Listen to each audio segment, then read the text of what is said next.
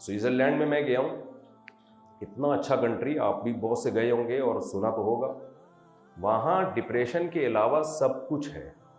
Switzerland میں اگر آپ جائیں نا, اور ڈپریشن اور ٹینشن اور اسٹریس تلاش کریں تو آپ کو ملتی نہیں ہے. آدمی, ہم تو اسی سے ٹینشن میں آ گئے تھے یار, کوئی ٹینشن ہی نہیں ہے آپ, ہم تو ٹینشنوں کے عادی ہیں. تو لائٹ کبھی نہیں جائے گی, کوئی گندگی نہیں, صاف ستھری ہوا. کیا بتاؤں سوئٹزرلینڈ کے فضائل آپ کو میں. سب سے زیادہ خودکشیوں کا ریشو کہاں ہے؟ سوئٹزرلینڈ. اور اتنی زیادہ خودکشیاں ہوتی ہیں, اتنی زیادہ کہ خودکشی کو انہوں نے لیگل کر دیا ہے. کیونکہ جب ایک چیز کو روکنے سے عاجز آ گئے, بھائی اتنی ہو رہی ہیں, پہلے تو اللیگل تھی سوئٹزرلینڈ میں خودکشی, منع تھا کہ اگر آپ بچ گئے تو حکومت سزا دے گی آپ کو. لیکن اس کے باوجود اتنی خودکشیاں کہ لا پاس ہوا, بھائی ہم لوگوں کو سوسائڈ سے, خودکشی سے نہیں روک سکتے, اب اس کو ایک طریقے سے کرو, پھٹنا ہے, لائن میں لگو, ادھر ادھر خون خرابہ, چھینٹے میٹے ہوتی ہیں, ٹرینوں کا سارا سیٹ اپ خراب ہو جاتا ہے, کوئی کھمبے سے چپکا ہوا ہے, الیکٹریسٹی متاثر ہوتی ہے. یہ کراچی نہیں ہے کہ بارشوں کے کھمبے ہو, جب جاؤ جا کے چپک جاؤ. یہ سوئٹزرلینڈ ہے, یہ سوئٹزرلینڈ ہے. یہاں ہر کام لائن لگا کے ہوگا, یہاں ہر کام تمیز سے ہوگا. تو انہوں نے ایک رجسٹر بنایا ہوا ہے, آپ بتائیں کب مرنا چاہتے ہیں, کس ڈیٹ کو مرنا چاہتے ہیں. یہ میں مزاح نہیں کر رہا, مذاق نہیں, حقیقت ہے. یہ حقیقت ہے کہ آپ کس دن مرنا چاہتے ہیں, اکٹھے مرنا چاہتے ہیں, یا غفار کے ساتھ جانا چاہتی ہو ساتھ, وسیم کو بھی لے کے ڈوبنا چاہتی ہو اپنے ساتھ. اجتماعی خودکشیوں کا الگ سیٹ اپ ہے, آپ انفرادی طور پر مرنا چاہتے ہو, اس کا یہ اس سوسائٹی کا ایک دوسرا رخ ہے جو آپ نہیں دیکھتے. اس کے لیے بصیرت کی آنکھیں چاہیے. یوٹیوب کی دنیا اور میڈیا کی دنیا الگ ہوتی ہے, حقیقت کی دنیا الگ ہوتی ہے. تو اس میں پھر یہ ہے کہ آپ کرنٹ سے مرنا چاہتے ہیں, گیس کے چیمبر میں جا کے مرنا چاہتے ہیں, بہت سارے. آپ چلے نہ جانا, ایسا نہ ہو کوئی وہاں جائے کہ یار میں اس سلسلے میں حاضر ہوا تھا. تو دوسرے نمبر پر جو اب تک چند مہینے پہلے کی رپورٹ تھی, خودکشی کا ریشو سب سے زیادہ جاپان میں ہے, جو سائنس اور ٹیکنالوجی میں نمبر 1 کنٹری سمجھا جاتا ہے. وہاں بھی ہم گئے ہیں, میں ولاگنگ کرتا ہوں, لیکن میں اس جگہ کی ولاگنگ نہیں کر سکا کیونکہ اللیگل ہے. آپ وہ کہتے ہیں ہماری سوسائٹی کا ایک منفی پہلو کیوں دکھا رہے ہو آپ. اچھا, یہ ان کا ایک مثبت ہے کہ وہ اپنے منفی پہلو دکھاتے نہیں, اور ہمارے ہاں اگر کوئی ذرا سی منفی بات ہو تو ہم وہی دکھاتے ہیں. مطلب کبھی اچھی خبر توفیق نہیں ہوتی ہمیں لگانے کی.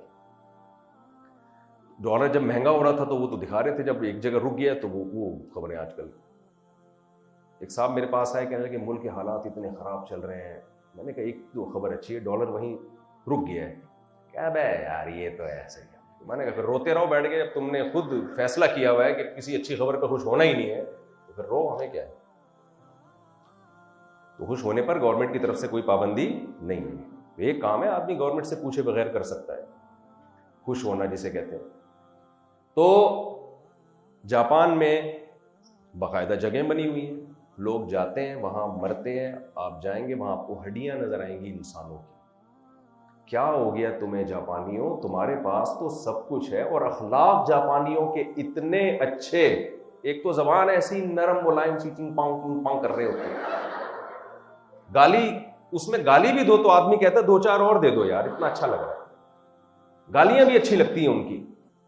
ہماری پنجابی میں کوئی گالی جاپانی کو دے, پھر اسے پتا چلے گا کہ گالی کس, اٹ از کالڈ گالی.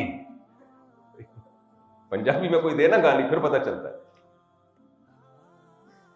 تو کیا اس سوسائٹی میں ایسا سقم ہے, کیا اس سوسائٹی میں ایسی کمی ہے کہ سب کچھ ہو کے بھی سکون نہیں مل رہا. فطرت سے بغاوت, نیچر سے بغاوت, یہ ہے وہ بات جس کی وجہ سے سکون. آپ شیر کو لگژری لائف دے دو لیکن اس سے اس کی نیچر چھین لو, خودکشی کرے گا کہ نہیں کرے گا. شیر کو آپ نے چڑیا گھر میں صوفے گدوں پہ لا کے ایئر کنڈیشن روم میں بٹھا دیا اور کوفتے بنا کے کھلا رہے ہو, کباب بنا کے کھلا رہے ہو گوشت کے, تو ڈپریشن سے مر جائے گا وہ. تو انسان کو نیچر چاہیے, نیچر. تو یہ گرل فرینڈ بوائے فرینڈ یہ نیچرل لائف نہیں ہے, یہ انسان کی نیچر نہیں ہے, گدھے گھوڑوں کی نیچر ہے,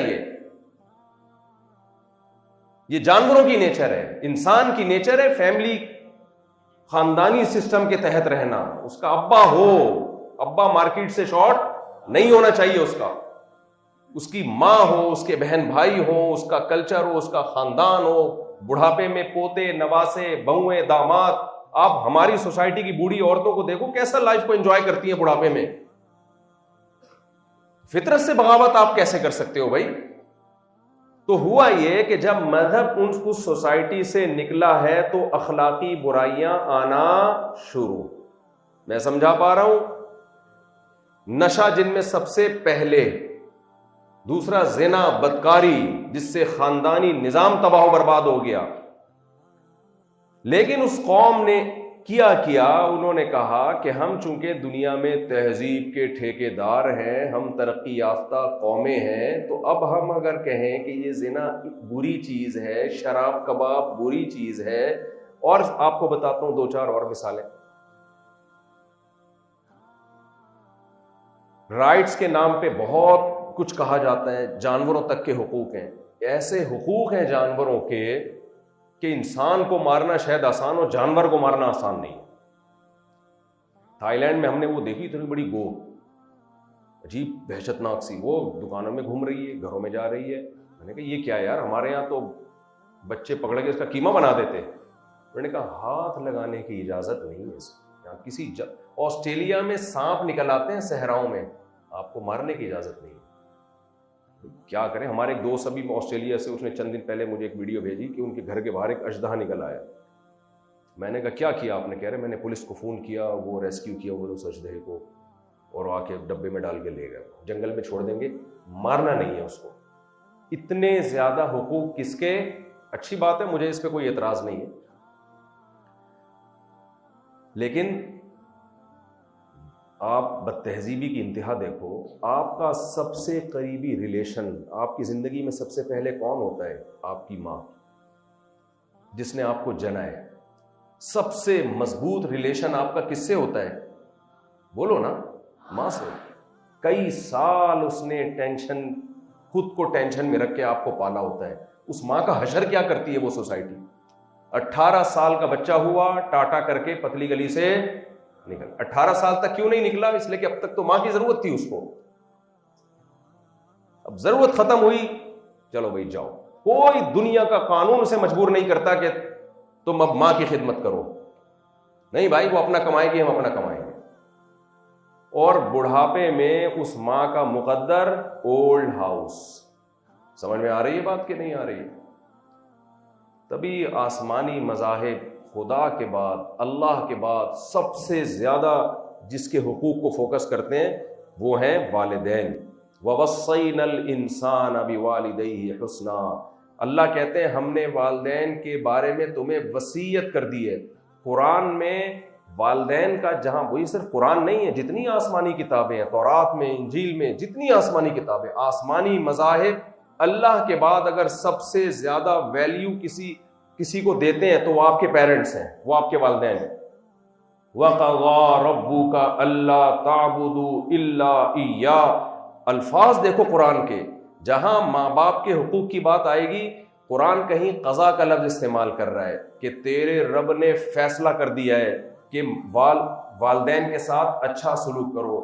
وَلَا تَقُل لَّهُمَا أُفٍّ. بڑھاپے میں اگر وہ پہنچ جائیں اور ان کی طبیعت میں چڑچڑاپن پیدا ہو, بات بات پہ ڈانٹنا, تو تمہیں آگے سے اس اسٹائل میں رسپانس کرنے کی اجازت نہیں ہے. لا تقل لہما اف. تم نے ان کو اف بھی نہیں کرنا. ان کی کڑوی کسیلی باتوں کو بڑھاپے میں یہ سوچ کے برداشت کرنا ہے کہ انہوں نے بچپن میں میرا بہت کچھ برداشت کیا ہے. یہ تعلیم مذہب کے علاوہ, قرآن کے علاوہ کوئی نہیں دیتا. اب اس سوسائٹی میں مذہب گیا تو وہ ماں, وہ باپ جس کے قدموں میں جنت تلاش کرنے کا حکم تھا, جس کے احکامات سب سے زیادہ اور جس کے حقوق سب سے زیادہ, ان کے رائٹس پہ کوئی تنظیم ہی نہیں ہے. ویمن رائٹس پہ سنا آپ نے, ہیومن رائٹس, جانوروں کے رائٹس, والدین کے رائٹس, کوئی تنظیم ہی نہیں ہے اور رائٹس ہی نہیں ہے. ایک فادر ڈے منا لیتے ہیں، وہ ایک دن ہوتا ہے جس میں مدر ڈے اور ایک دن فادر ڈے، اور وہ بھی آدھی قوم مناتی ہے، آدھوں کے فادر ہوتے ہیں آدھوں کے ہوتے نہیں ہیں، تو جن کے ہوتے ہیں وہ منا لیتے ہیں۔ بھائی یہ کیا ہے؟ یہ انسانیت ہے کیا؟ میں ناروے میں تھا، ہمارے ایک دوست نے بتایا کہ یہاں کسی گورے نے فادر ڈے کے موقع پہ مجھے فون کیا دوسرے کنٹری سے، اپنے فادر ڈے کے موقع کہ یار میرے ابا فون نہیں اٹھا رہے تو آج فادر ڈے ہے، کہہ رہے سال میں ایک دفعہ کال کی ہے اس نے، وہ بھی فادر ڈے کے موقع پر، اور کہا کہ میں بات کرنا چاہ رہا ہوں، کال نہیں مل رہی، میری طرف سے اتنے روپے کا کیک گھر کے گیٹ پہ رکھ کے بیل بجا دینا، ابا سے کہنا یہ آپ کے بیٹے نے گفٹ بھیجا ہے آپ کو۔ تو جو سب سے قریبی رشتہ تھا اس کے حقوق کی ایسی کی بولو تیسی۔ اور ایک اور بات کر کے بس میں بات کو سمیٹتا ہوں، دیکھیں یہ جو ویمن رائٹس ہے نا، اور یہ ایک بڑا مبہم سا نعرہ ہے جو لگایا گیا ہے، خواتین کے حقوق۔ جب آپ کوئی مبہم بات کرتے ہیں تو یہ اس کی دلیل ہوتی ہے کہ آپ کا وہ کام کرنے کا ارادہ نہیں ہے، یا آپ بات کلیئر نہیں کر رہے۔ ایک بڑی دلچسپ مثال دیتا ہوں میں آپ کو، بہت پرانی بات ہے، ہمارے یہاں ایک صاحب آئے اور کہنے لگے وہ کسی خاتون سے شادی کرنا چاہتے تھے، اس خاتون نے مجھے بیچ میں ڈال دیا کہ ذرا ان کا انٹرویو لو کہ کرتے کیا ہیں۔ میں نے پوچھا آپ کی جاب کیا ہے، آپ کا بزنس ہے، آپ کی جاب ہے کیا ہے؟ کہتے ہیں میں ٹرانسپورٹیشن کا کام کرتا ہوں۔ تو میں نے کہا بھائی ٹرانسپورٹیشن کا ٹرانسپورٹ یعنی یہاں سے ایک چیز کو وہاں اٹھا کے رکھنا، کیا مطلب کیا ہے؟ کہ میں ٹرانسپورٹیشن کا کام کرتا ہوں۔ بھائی منہ سے پھوٹ تو صحیح، ٹرانسپورٹیشن کے کیا کرتا ہے؟ وہ بتا نہیں رہے۔ کیوں نہیں بتا رہے؟ اس لیے کہ کام کرتے ہی نہیں ہے نا کچھ۔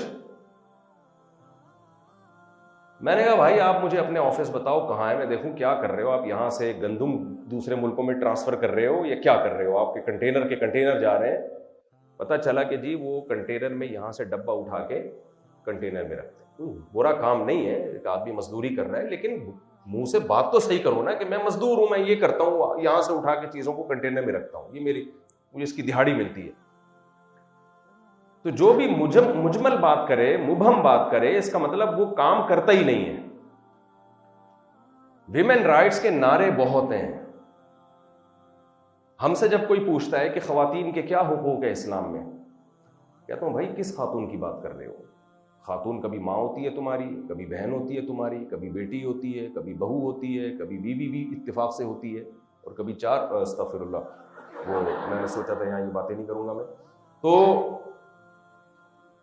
ماں کے الگ حقوق ہیں، دادی نانی کے الگ حقوق ہیں، بیٹی کے الگ حقوق ہیں، بہن کے بولو الگ حقوق ہیں، اور پڑوسنوں کے الگ حقوق ہیں، اور کچھ ایسے ہیں جن کے کوئی حقوق سرے سے ہے ہی نہیں۔ آپ جاب کرتے ہیں، آپ کے ساتھ آپ کی کلیگ ہے، کوئی بڑی حسینہ سی ہے، آپ اس سے بہت اچھے اسٹائل میں بات کرتے ہو، آپ کی بیگم کو یہ عمل اچھا لگے گا؟ بولو، بہت گپے لگاتے ہو اس سے، اور آپ کہتے ہو ویمن رائٹس، خواتین کے بہت حقوق ہیں، اس لیے میں تمہیں چائے بھی پلانا چاہتا ہوں اور تمہیں یہ بھی۔ اس سے پتہ چلتا ہے کہ اس سے اگر آپ نے اچھے اسٹائل میں بات کی، زیادہ خوش مزاجی کی، تو جس سے یہ بیہیویئر آپ کا ہونا چاہیے اس کی حق تلفی ہو رہی ہے، اس کی حق تلفی ہو رہی ہے۔ محرم نامحرم کا فرق یہ اسلام نے رکھا ہے، یہ غیر مسلموں کے ہاں نہیں ہے، غیر مسلموں کے ہاں نہیں ہے۔ مجھ سے لوگ پوچھتے ہیں نا گرل فرینڈ جو ہے وہ لڑکیاں زیادہ یہ سوال پوچھتی ہیں کہ ہمارا بوائے فرینڈ تھا تو مجھے تھوڑا سا خیال آیا کہ رمضان میں تھوڑی انسان کی بچی بن جاؤں، تو میں نے اس کا نمبر بلاک کر دیا، تو اب وہ بہت ٹینشن میں ہے، پیغام بھجوا رہا ہے اور بہت زیادہ مصیبت میں آیا ہوا ہے، خودکشیوں کی باتیں کر رہا ہے۔ تو میں کہتا ہوں کہ اس کو بولو کہ خودکشی کی جگہ ہم بتاتے ہیں آپ، مفتی طارق مسعود صاحب ہیں، نٹی جٹی کا پل ہے، وہاں سے بھی چھلانگ لگائی جا سکتی ہے، بارشوں میں کھمبوں کے قریب سے بھی گزرا جا سکتا ہے، چپکنا ضروری نہیں ہے، کھمبا خود آ کے آپ کو گلے ملے گا آپ سے، ٹھیک ہے؟ تو وجہ اس کی ہے کہ یہ حقوق ہے ہی نہیں اسلام میں، بوائے فرینڈ گرل فرینڈ کا کوئی تصور اسلام میں نہیں ہے۔ جتنا دل دکھے گا نا بوائے فرینڈ کا، اتنا آپ کو ثواب ملے گا، ثواب۔ گرل فرینڈ کا بھی جتنا دل دکھاؤ گے اتنا ثواب ملے گا، حقیقت ہے یہ، تو یہ کچھ بھی نہیں ہے۔ انگریز جھوٹ نہیں بولتے، واقعی نہیں بولتے، لیکن ایک جھوٹ بہت زیادہ بولا جاتا ہے کہ صرف تم. یہ جھوٹ اس سوسائٹی میں بہت بولو. ہم پہ لوگ اعتراض کرتے ہیں مفتی صاحب چار چار لے کے گھوم رہے ہیں، لیکن ساری دنیا کو پتا ہے صرف چار، پانچواں کوئی نہیں ہے. آج ہو کیا رہا ہے ایک، لیکن عورت کو اعتماد نہیں ہوتا اپنے شوہر پہ. اچھا یہ جو اسلام نے چار چار کی اجازت دی ہے، خواتین بہت پریشان ہوتی ہیں، کیا مطلب میرا میاں بھی چار کرے گا؟ بھائی اتنی عورتیں پیدا ہی نہیں ہو رہی ہیں کہ ایک ہر آدمی چار کر لے. اللہ نے چار کی اجازت تو دے دی، لیکن ریشو اتنا زیادہ نہیں رکھا ہے کہ کسی سوسائٹی میں چار چار یعنی خواتین کا ریشو 4 گنا زیادہ ہو. تو اس لیے زیادہ ٹینشن لینے کی ضرورت نہیں ہے. یہ 2-4 لوگ ہی کامیاب ہوں گے، اس کے بعد خواتین مارکیٹ سے چھاٹ ہو جائیں گی. پھر ایک 2 ہی آئیں گی، 2 بھی بڑی مشکل سے آئیں گی. تو اس لیے وہ اس میں حکمتیں کیا ہیں وہ ایک الگ ٹاپک ہے، میں بھی اس کو نہیں چھیڑتا، لیکن ایسا ہوگا نہیں. عملی طور پر پریکٹیکلی یہ ممکن نہیں ہے. کبھی بھی مسلم سوسائٹی میں پریکٹیکلی ایسا ہوا نہیں ہے کہ ہر مسلمان کی 4 بیویاں اتنی پیدا نہیں ہوتی ہیں. بہت ہی کوئی مالدار یا کوئی شہزادے اور بادشاہ لوگ ان کی 4 ہو جاتی ہیں، باقی نارمل جو اکنامی کلاس میں سفر کرتے ہیں وہ ایک ہی لے کے گھوم رہے ہوتے ہیں، وہ بھی بڑی مشکل سے ملتی ہے ان کو. تو اس لیے زیادہ ٹینشن لینے کی ضرورت نہیں، اور آپ کو زیادہ خوش ہونے کی ضرورت نہیں. تو باقی یہ کیا فلسفہ ہے، اس میں حکمتیں کیا ہے، ایک الگ ٹاپک ہے، اس کو میں بھی نہیں چھیڑتا ہوں، میں بتاتا رہتا ہوں بیانات میں.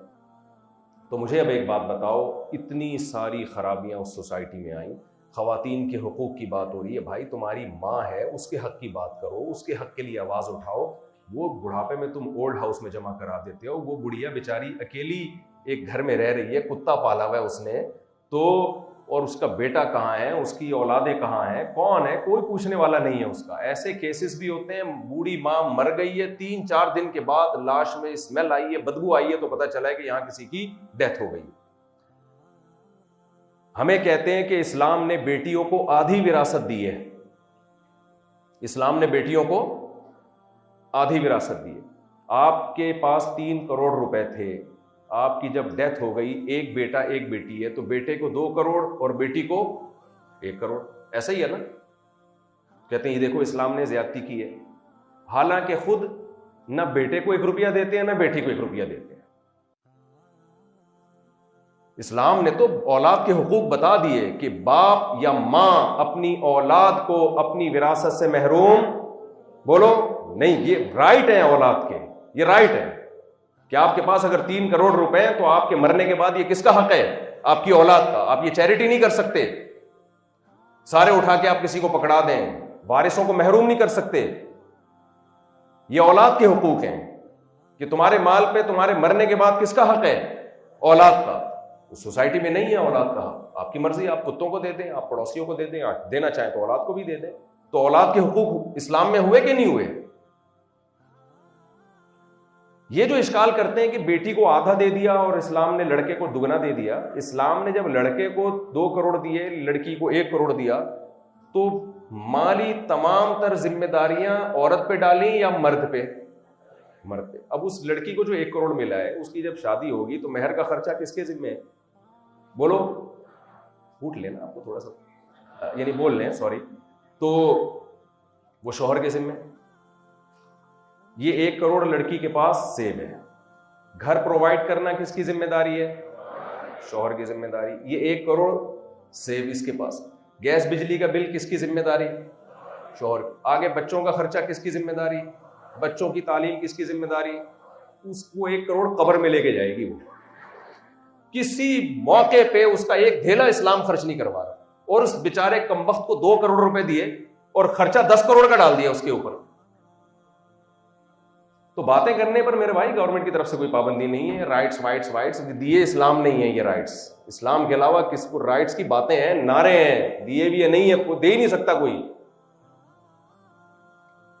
تو کیا ہوا؟ نہ اولاد کے حقوق، نہ ماں باپ کے حقوق، نہ بیگم کے حقوق، نہ بہنوں کے حقوق، نہ کچھ بھی. بس ایک اس پہ ہم خوش ہوتے ہیں کہ ٹیکس ٹائم پہ ادا کرتے ہیں، اچھی بات ہے. تو اب مجھے ایک بات بتاؤ، جب اتنی اخلاقی برائیاں اس سوسائٹی میں آ گئیں، شراب لیگل، ہومو سیکشولیٹی لیگل، زنا لیگل، اور ماں باپ کو اولڈ ہاؤس میں جمع کرانا لیگل، کوئی پوچھنے والا نہیں ہے۔ اب ہوا کیا، چونکہ ترقی یافتہ قومیں ہیں تو انہوں نے کیا کیا، انہوں نے کہا اچھے انسان کی ڈیفینیشن میں یہ داخل ہی نہیں ہے کہ آپ پیتے ہیں یا نہیں پیتے، اچھا انسان پی کے بھی اچھا انسان بن سکتا ہے۔ جیسے وہ تھا نا چرس پی کے بھی ہم اچھے انسان، بولو وہ میں نہیں کہہ رہا کہ وہ جو مثال دی تھی میں نے چرس،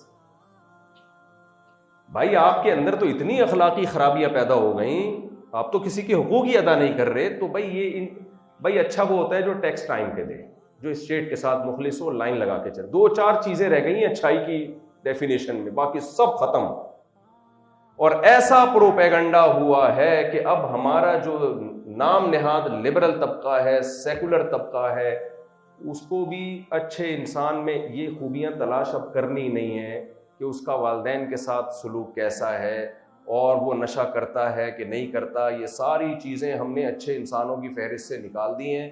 بس اچھا انسان اسے کہتے ہیں جو اچھا سائنٹسٹ ہو، اچھا ڈاکٹر ہو، اچھا ڈاکٹر کا مطلب اپنے پیشے کے ساتھ وہ مخلص ہو۔ تو ایسا نہیں ہے۔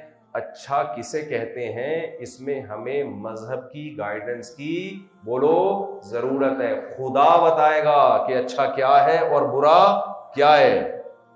یہ نہیں ہوتا کہ آپ صرف 3 پیس سوٹ اور ٹائی پہن کے خوشبو لگا کے آپ کہیں چلے جائیں اور آپ پیتے بھی ہوں، آپ معاذ اللہ زنا بدکاریاں بھی کرتے ہوں، والدین کو آپ اولڈ ہاؤس میں جمع بھی کراتے ہوں، ذرا سی ٹینشنوں میں آپ خودکشی کا سوچنا شروع کر دیتے ہو، برداشت نہ کرتے ہو، اور خاندانی نظام آپ نے تباہ و برباد کر کے رکھ دیا ہو، بیگم کو آپ ٹائم نہیں دے رہے، انٹیوں سے آپ دل لگا رہے ہو اور جناب ان سے ہنس کے مسکرا کے آپ بات کر رہے ہو، دوستیاں لگا رہے ہو، گرل فرینڈ بوائے فرینڈ، یہ سارا سیٹ اپ، اور آپ پھر بھی کہو ہم نائس ٹو میٹ یو، میں نائس پرسن ہوں اور آپ سے مل کے بہت میں خوش ہوا ہوں۔ تو انسان کو دھوکہ دے سکتا ہے، خدا کو دھوکہ نہیں دیا جا سکتا۔